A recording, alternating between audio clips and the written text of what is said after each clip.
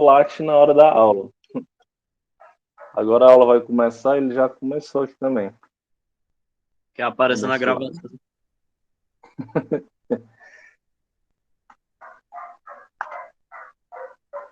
Aí, ó. Dá pra ouvir daí, dá? Cachorro do cão. Bem, gente, boa tarde a todos e a todas. Sejam bem-vindos a mais uma aulinha de filosofia. Acredito eu, viu, gente, que essa... Desculpem aí, corona. Essa será a nossa última aula do semestre, praticamente, né? Porque semana que vem é prova, certo? Dia 18. E aí, não sei bem quando a gente fica de férias, mas eu acredito que dia 25 a gente esteja fazendo só intervenção. Deixa eu dar uma olhadinha aqui, rapidinho, para confirmar com vocês. Porque de aula mesmo de conteúdo novo, eu acredito que seja a última. Mas na semana que vem, eu ainda quero continuar a revisão com o Enem, que já está 3 semanas que a gente não faz. Hoje eu mandei para vocês o vídeo da aula que eu gravei com os primeiros anos, né? É o mesmo conteúdo que vocês estão vendo.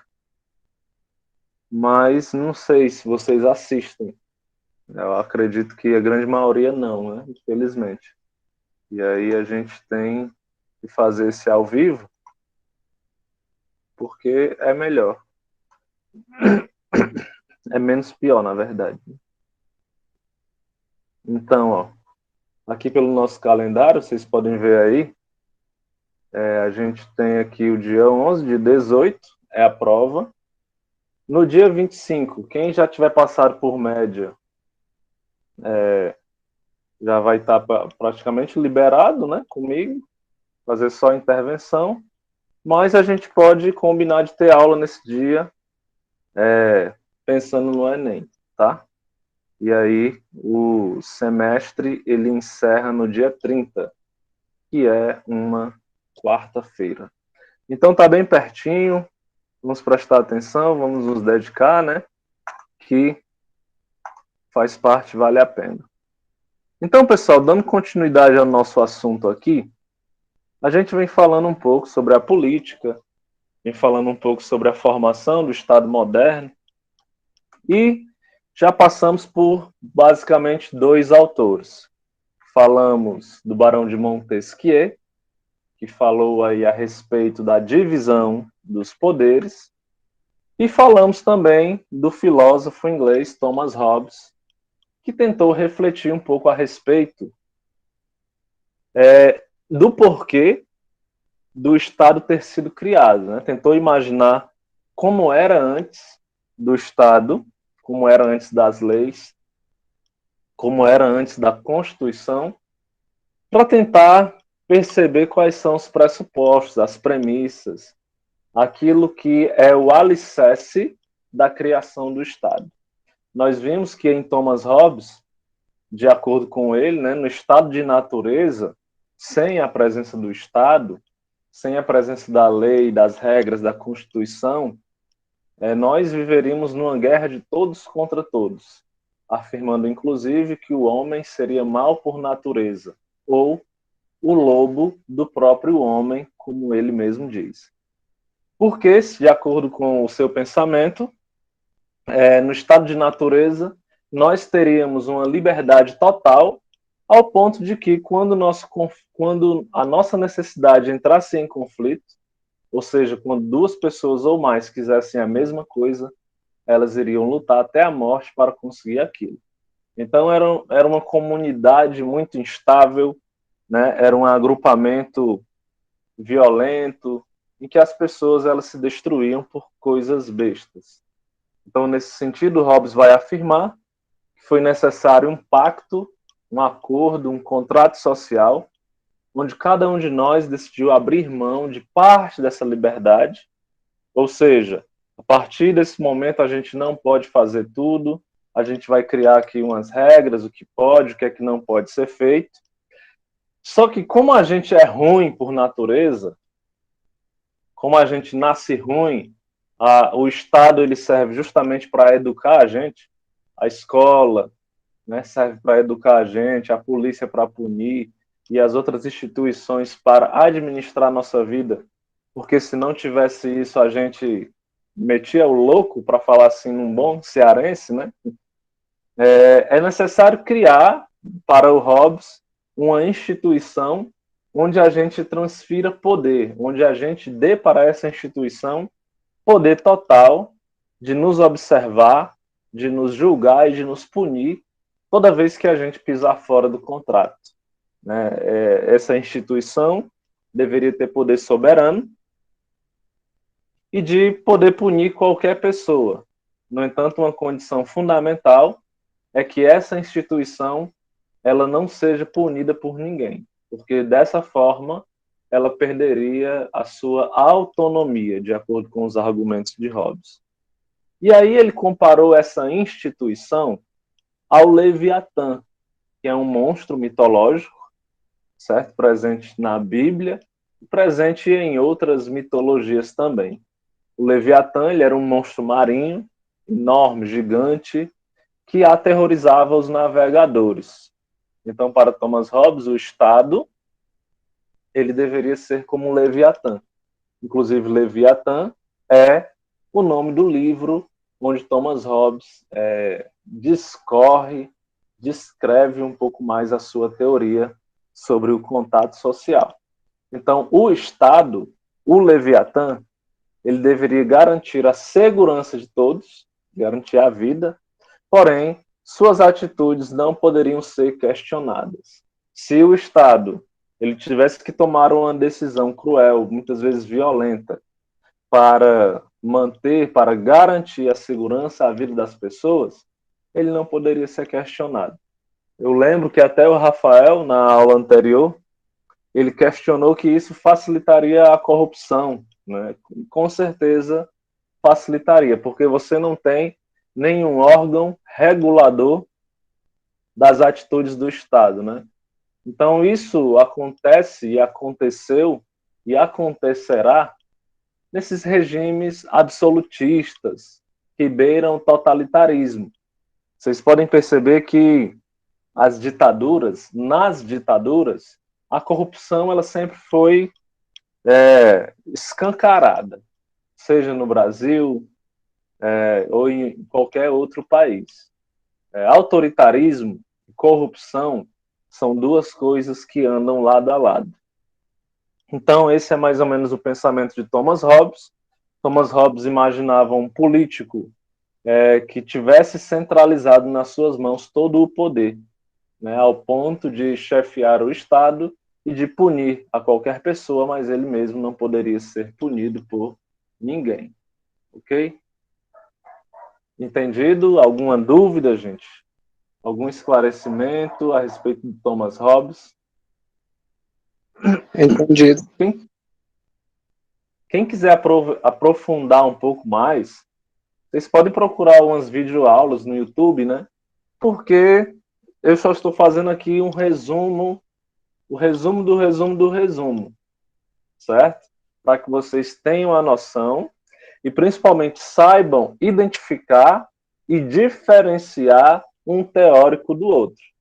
Então, quando vocês lembrarem do Thomas Hobbes, vocês vão lembrar que a filosofia dele, do contrato social, se baseia na ideia de que, sem a figura do Estado, a gente não sabe controlar nossa própria vida, a gente vive num caos, a gente vive como se fosse numa vida selvagem, uns brigando com os outros por causa de alimento ou por causa de coisas qualquer.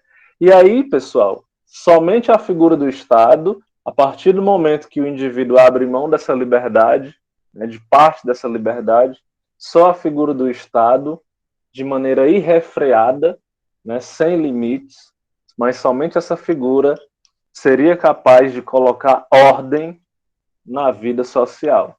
garantindo a segurança, a vida, mas ao mesmo tempo garantindo para si poderes extrapolados, né? Poderes absolutistas, ok? Tal como Leviatã comandava os mares, segundo a mitologia.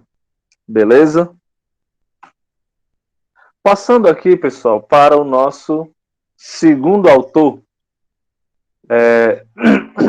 da teoria contratualista, lembrando que nós estamos refletindo sobre qual é a função e a importância do Estado, do governo, para a vida das pessoas. Então, nós acabamos de ver a primeira definição de Thomas Hobbes. Vamos agora para a segunda definição, que é a definição de um francês, que eu particularmente gosto muito da definição, dessa segunda definição de Rousseau. Né? Então, a filosofia de Rousseau tem como essência a crença de que o homem é bom naturalmente. O Rousseau, pessoal, ele era um francês que atuou ativamente durante a Revolução Francesa, durante o Iluminismo. E ele tinha a ideia de que o ser humano, ao contrário do que pregava alguns eixos da Igreja Católica, ele acreditava que o ser humano ele nascia bom. O ser humano, na sua essência, ele é bom. O ser humano, na sua inocência, quando ele não tem ainda contato com o mundo, ele é bom. Por que eu digo que alguns eixos da Igreja Católica não concordavam com essa ideia, né? Porque algumas pessoas elas acham que a criança ela é filha do pecado, portanto ela já traz o pecado em si. Inclusive, se morrer e não for batizada, não é para o céu, não. Por isso que na Igreja Católica se batizam as crianças, o que, na minha opinião, não tem nada a ver, né? Porque uma criança não tem conhecimento, logo ela não tem pecado. Então, para que batizar uma criança se ela não tem pecado? Só para ter mais um membro da igreja? Enfim, a gente pode conversar sobre isso depois.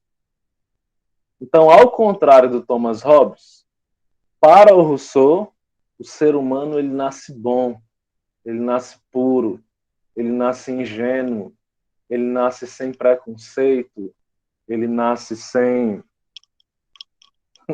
Ele simplesmente nasce, ele é o que é. Né? Embora esteja sempre sob o jugo da vida em sociedade, a qual o predispõe à depravação.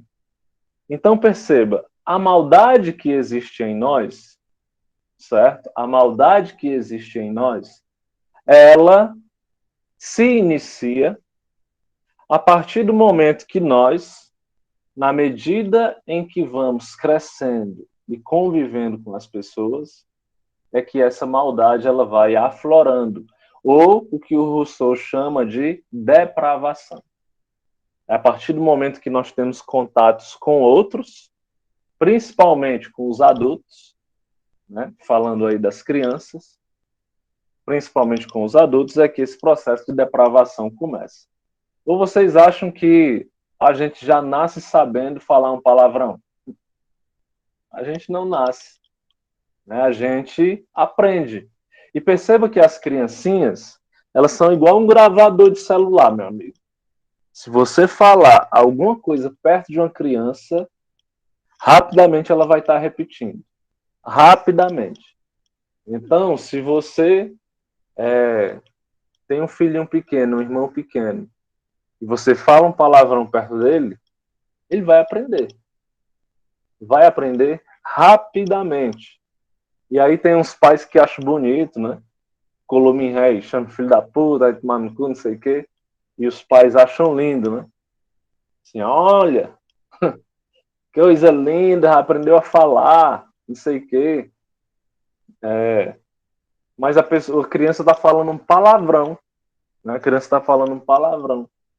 E os pais nem se tocam, alguns pais nem se tocam, que aquilo está acontecendo por osmose, né? Por repetição. Ou seja, a criança só está falando aquilo porque aprendeu com os pais.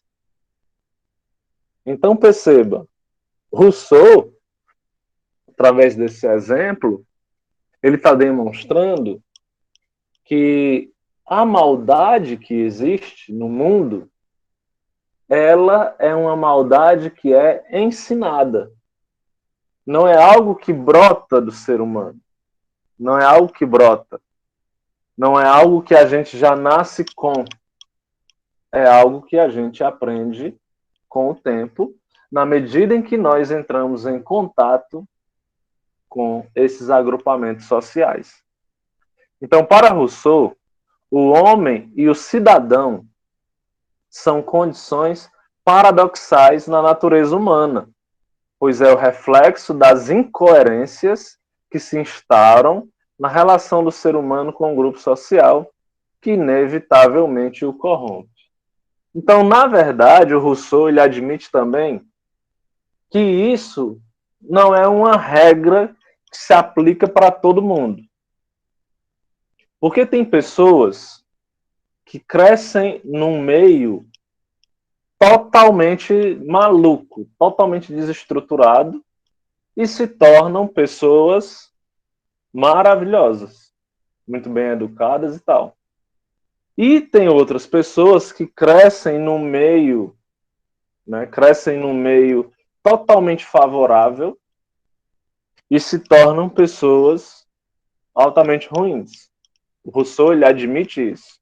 Ele admite que existe essa contradição, ele admite que é paradoxal a compreensão do ser humano, mas de maneira geral, a relação do ser humano, principalmente nos primeiros anos da infância, com um grupo, com a sociedade, acaba fazendo com que aquele ser humano ele adquira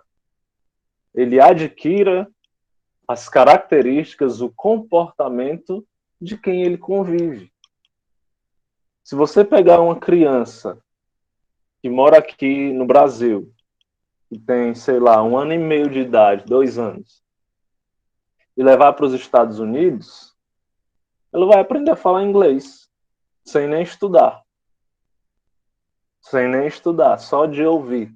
Por quê? Porque ela vai adquirir os hábitos do seu meio, das pessoas com quem ela convive. Então, nós temos essa capacidade. E vai dizer o Rousseau, vai ressaltar o Rousseau, o homem, ele nasce bom. A sociedade é que corrompe essa bondade. A sociedade é que deprava o ser humano. Então, vamos olhar aqui, ó. Antes da criação do Estado, vai dizer Rousseau, assim como disse Hobbes, né? Nós vivemos num estado de natureza, certo? Mais uma vez, não existe lei, não existe governo, não existe polícia, não existe escola, não existe partido político, não existe nada. Só os seres humanos convivendo. Porém, para Jean-Jacques Rousseau, nesse estado de natureza, né, ele classifica esse estado de natureza como sendo algo positivo, ao contrário de Thomas Hobbes. Rousseau considera como algo positivo. Muito influenciado, sabe por quem? Pelo Brasil, pela descoberta do Brasil. Quando os portugueses, depois os espanhóis e tal, chegaram aqui no Brasil, perceberam a docilidade, digamos assim, né? A ingenuidade dos índios, dos nativos. Então, o Rousseau, baseado nessa experiência empírica, vai dizer, rapaz, antes da formação do Estado, era bom demais. Era bom demais. Nós éramos felizes e não sabíamos. Na verdade, nós tínhamos 3 características: solidão, certo? Não éramos pessoas que convivíamos em grupo, éramos pessoas que vagávamos de maneira solitária. A solidão trazia como consequência a liberdade, éramos livres, 100%, certo? 100%. E ao contrário do que dizia o Thomas Hobbes, essa liberdade 100% era o que trazia, o que garantia a nossa felicidade, certo? Então, nós, seres humanos, no estado de natureza, sem a presença das leis do governo, das instituições estatais, nós éramos bons selvagens, segundo Rousseau, possuindo 3 características: solidão, liberdade e felicidade. Então, para ele, não existia coisa melhor. Você está aqui sozinho, você se alimenta dos frutos que tem nas árvores, toma banho nos rios, pode ir e vir a hora que você quiser. Rousseau, ele imaginava uma comunidade, se é que nós podemos usar esse termo, né? Que as pessoas viviam de maneira solitária, mas ele imaginava uma comunidade onde cada pessoa era feliz por conta própria, né? Onde tudo pertencia a todo mundo. Tudo pertencia a todo mundo. Você tem ali uma árvore, pegando aqui mais uma vez o exemplo que a gente deu na aula passada, né? O João Aleph tá andando e encontra um coqueiro, só tem um coco. Em vez de brigar até a morte, como diria o Thomas Hobbes, viu, Aleph? Para o Rousseau, a comunidade da época era tão feliz, vivia tão bem, que dividiriam a água sem nenhum problema. Dividiriam o coco sem nenhum problema. Bora. Metade é pra casa. Pois é. Porque o Rousseau, ele imagina o contrário do Thomas Hobbes. Para o Hobbes, nós nascemos maus. Para o Rousseau, nós nascemos bons. E a gente conservava isso durante a vida inteira. Porque não tinha a necessidade de nós andarmos em grupo. Éramos felizes da maneira como a gente queria. Certo? Só que existe um momento exato. Presta atenção que essa parte é muito importante, gente. Vocês não podem esquecer disso que eu vou estar dizendo para vocês agora. Prestem atenção. A comunidade, a vida imaginada por Rousseau antes da criação do Estado era uma vida perfeita. Certo? Uma vida perfeita. Mas existe um momento em que essa vida deixa de ser perfeita. Existe um momento. Sabe qual é o momento? Está bem aqui nesse quadradinho verde, ó. A criação da propriedade privada foi o início da desigualdade. Então, antes da criação do Estado, nós vivíamos muito bem, obrigado. Éramos bons selvagens, solitários, livres e felizes. Procurávamos uma outra pessoa só para satisfazer alguma necessidade sexual. O resto a gente fazia sozinho mesmo. Só que, o que acontece? Um dia, alguém teve a brilhante ideia de criar a propriedade privada. Porque tudo pertencia a todo mundo. Tudo pertencia a todo mundo. As árvores não tinham donos, os rios não tinham donos, a praia não tinha dono. Tudo pertencia a todo mundo. Só que um dia, um sabidinho, vamos pegar aqui um exemplo qualquer, né? Vamos dizer que o Alan, certo? O Alan um dia estava caminhando ali pela beira do açude, do Parazinho, que ainda não era Parazinho, e disse assim, rapaz, essa árvore aqui faz uma sombra boa. E pega uma parte do açude.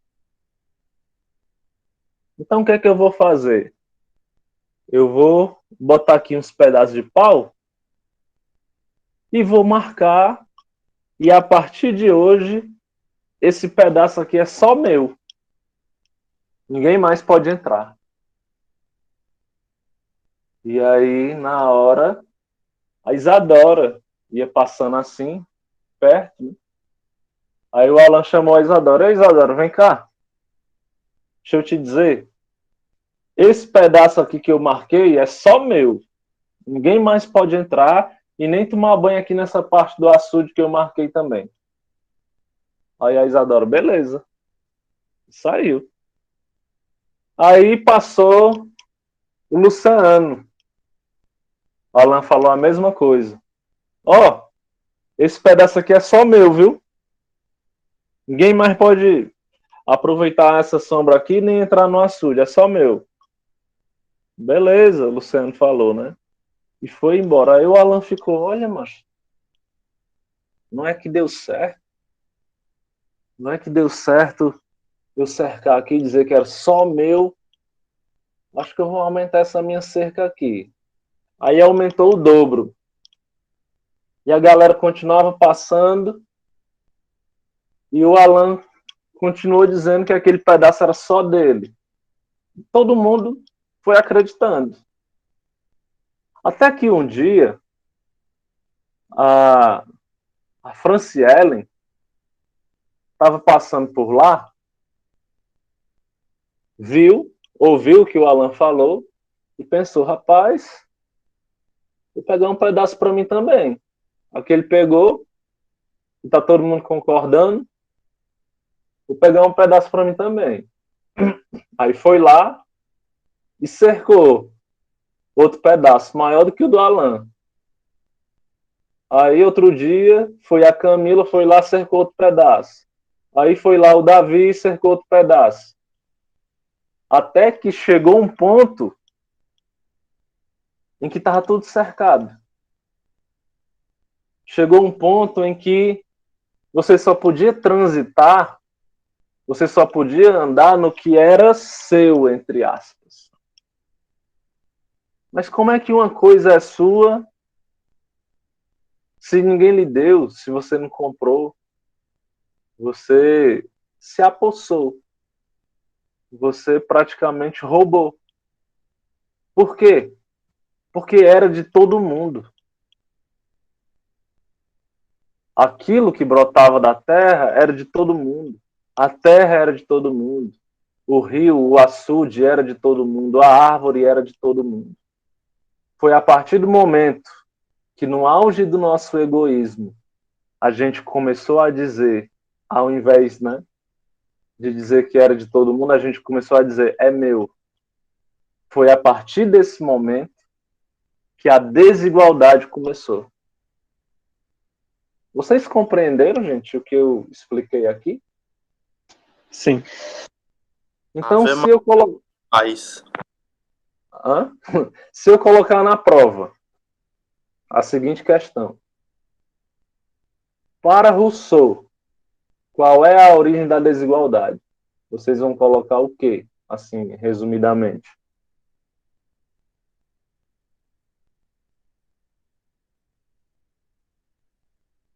Como é que a desigualdade começa, segundo Rousseau? Eu vou colocar só nisso da propriedade privada e só. Quando Com o uma início pessoa se aposta de alguma coisa que é de todos. com o início da propriedade privada, né? Isso. Ele, deixa eu ver se eu botei a frase dele aqui, botei não. Mas ele diz o seguinte, ó, resumidamente, né? A desigualdade começa a partir do momento em que o homem cerca um pedaço de terra e grita: isto é meu. E nenhum outro tem a coragem de dizer o contrário. A desigualdade começa quando um homem cerca um pedaço de terra e grita: "Isto é meu", e nenhum outro tem a coragem de dizer o contrário. Então, todas as desigualdades que nós vivemos hoje é fruto desta brilhante ideia inicial de fazer com que o que antes era de todos passe a pertencer somente a uma pessoa. E aí você imagina aquelas pessoas que ficaram sabendo por último dessa nova prática de cercar as coisas e dizer que era delas. Elas ficaram sem nada. E aí como é que elas iam se alimentar? Como é que elas iam sobreviver? Elas iam ter que se submeter de alguma forma aos donos da terra. E é aí que começa a desigualdade, porque você divide a sociedade em dois grupos: aqueles que têm propriedade e aqueles que não têm. Então é exatamente aí que a desigualdade se inicia. Então, pessoal, por causa dessa desigualdade, as pessoas elas vão entrar em estado de guerra. Por causa da criação da propriedade privada, as pessoas vão entrar em conflito. Porque você vai ter de um lado pessoas que têm muita terra. Você vai ter de outro lado pessoas que não têm terra nenhuma, propriedade nenhuma. Então vai ter um conflito. Um conflito quase que inevitável nesse sentido. E aí vai surgir, para que as pessoas não se matem, vai surgir a exigência, a necessidade de um contrato social para fazer com que haja ali uma espécie de harmonia. Então, esse contrato social, ele precisa garantir a paz entre as pessoas, precisa garantir a segurança das pessoas, e precisa ser um contrato que garanta também a justiça. Porque a gente não pode ser injusto. Não é justo o mundo pertencer a todo mundo e de uma hora para outra o mundo ter 3 donos. Não é justo. Não é justo o mundo, tudo que o mundo tem à sua disposição pertence a todos, mas tem uns 5, 6 donos.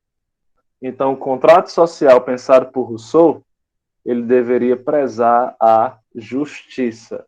Agora, esse contrato social, ao contrário do que dizia o Hobbes, que deveria ser um contrato social para a criação de um Estado absolutista, em Rousseau vai ser a criação de um Estado, de um contrato social baseado na vontade geral, ou seja, um Estado democrático. As decisões, elas vão ter que ser tomadas por todo mundo, tal como acontecia na cidade de Atenas, do século V. Bem difícil, né? Mas a democracia, ela é complexa mesmo. Para Rousseau, se uma pessoa deixasse de participar, já não servia. Todo mundo tinha que participar. Agora, para a gente ter uma sociedade que participava ativamente desse tipo de decisão, a gente precisava também de uma população que fosse esclarecida, que tivesse um nível aceitável de esclarecimento. Então, desse modo, para que o pacto funcione, o contrato social, os cidadãos devem se submeter à vontade geral, que é soberana, como acontece na democracia. Uma vez firmado o contrato, todos devem obedecer o que ficou deliberado por todos, não somente por uma maioria. Ou seja, o filósofo não reconhece a representatividade. Os vereadores, prefeitos, o Rousseau não concorda com isso. Para ele, o próprio povo é que tem que tomar as suas decisões. Como é que, por exemplo, Camusim tem quase 70 mil habitantes? desses quase 70 mil habitantes, tem um prefeito e 15 vereadores. Então, as decisões que esses 16 tomam influenciam a vida desses 70 mil. Tá travando só pra mim. Olha, deve ser a internet. Tá travando aí para vocês, gente? Não, acho que é a dela mesmo. Tá de boas? É a tua internet que tá ruim, abacaxi. Deve ser da online. Da offline, aliás. Então você tem 70 mil habitantes que são colocados na mão de 17 pessoas, 16 pessoas. Para Rousseau, essa lógica não bate. Seria necessário encontrar alguma alternativa, talvez microgrupos, grupos menores que pudessem debater, de fazer com que toda a população participasse. Toda a população. Eu não sei se vocês são muito novos, mas, por exemplo, alguns anos atrás, nós tivemos no Brasil um referendo. O que é um referendo? É uma espécie de eleição para saber a opinião da população sobre algum tema. Aí a pessoa vai lá, tem a urna eletrônica, ela vota. O último referendo que eu me lembro que aconteceu no Brasil foi a respeito do porte de armas. Isso já faz muito tempo. Foi na época que o Lula era presidente. Ele fez esse referendo para ver se as pessoas eram a favor ou contra, e as pessoas foram contra na época, quase 80%. Então, essa é uma alternativa, né, é uma das alternativas para que a democracia representativa funcionasse de uma maneira mais efetiva. Só que hoje, os políticos de hoje, isso aconteceu na época do Lula. Os políticos de hoje, eles não querem ouvir a população. Não sei se vocês lembram, no ano passado, o Ministério da Educação fez uma votação online para que os estudantes decidissem quando seria a prova do Enem. Aí todo mundo votou para a prova acontecer no meio do ano. E aí veio o MEC e botou em janeiro. Então a opção mais votada foi meio do ano, né? Meio desse ano, no caso, né?